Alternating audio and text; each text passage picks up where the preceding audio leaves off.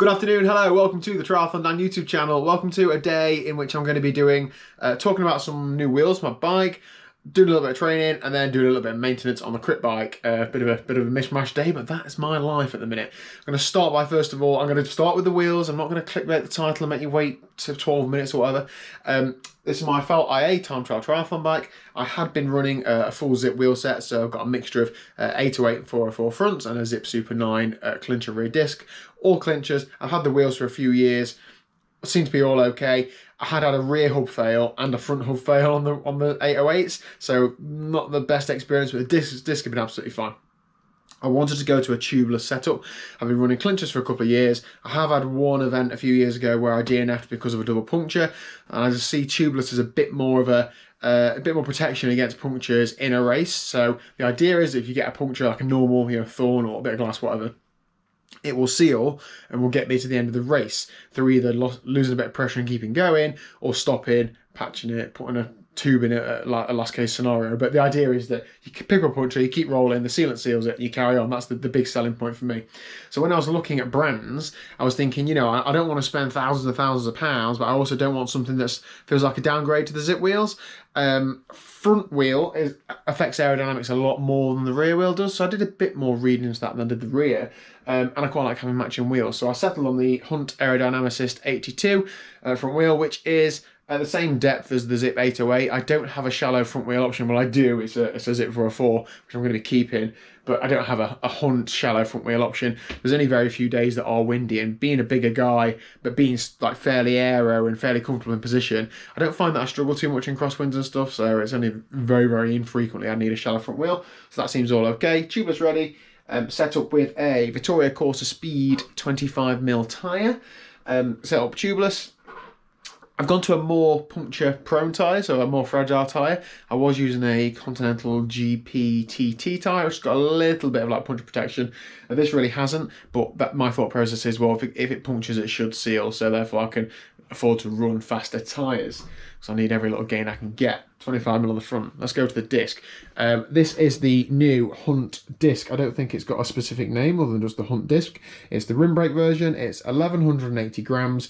It is pretty much just a flat disc profile. I don't think there's anything special about it.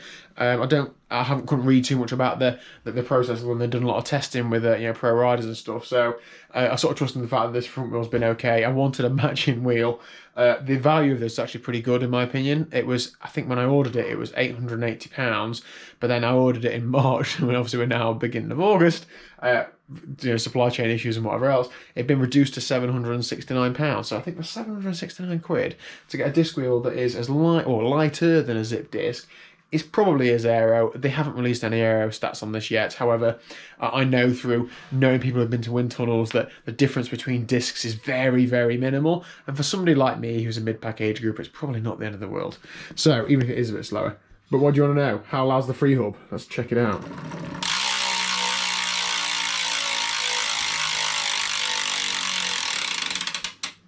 That's pretty decent, isn't it? It's got a proper valve cover as well, whereas with the Zip, I was using a little bit of gaffer tape. That's actually got a proper screw-on valve cover, which is good.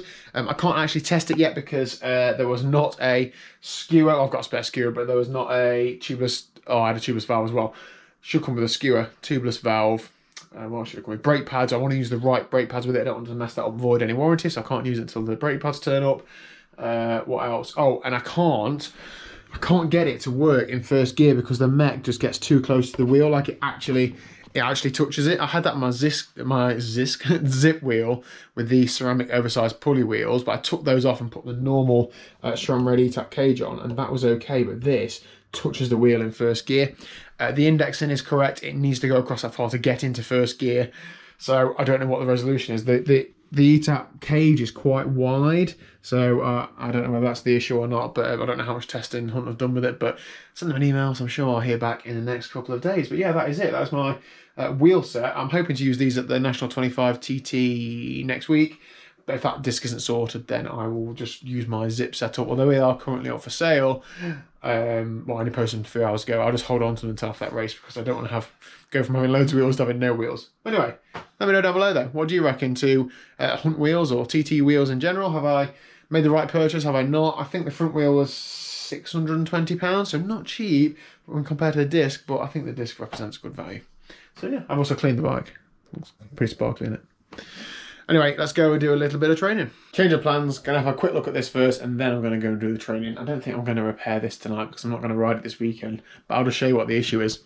So I went out on the Fast Friday chain gang last week or the week before, and it absolutely threw it down with rain, and since then, I mean, that's not ideal, is it? There were some watts to be lost there that I can't afford to lose. So I have got a new bottom bracket. It's a prime one from Wiggle. It's about £25. Struggles to get hold of stuff like this at the minute.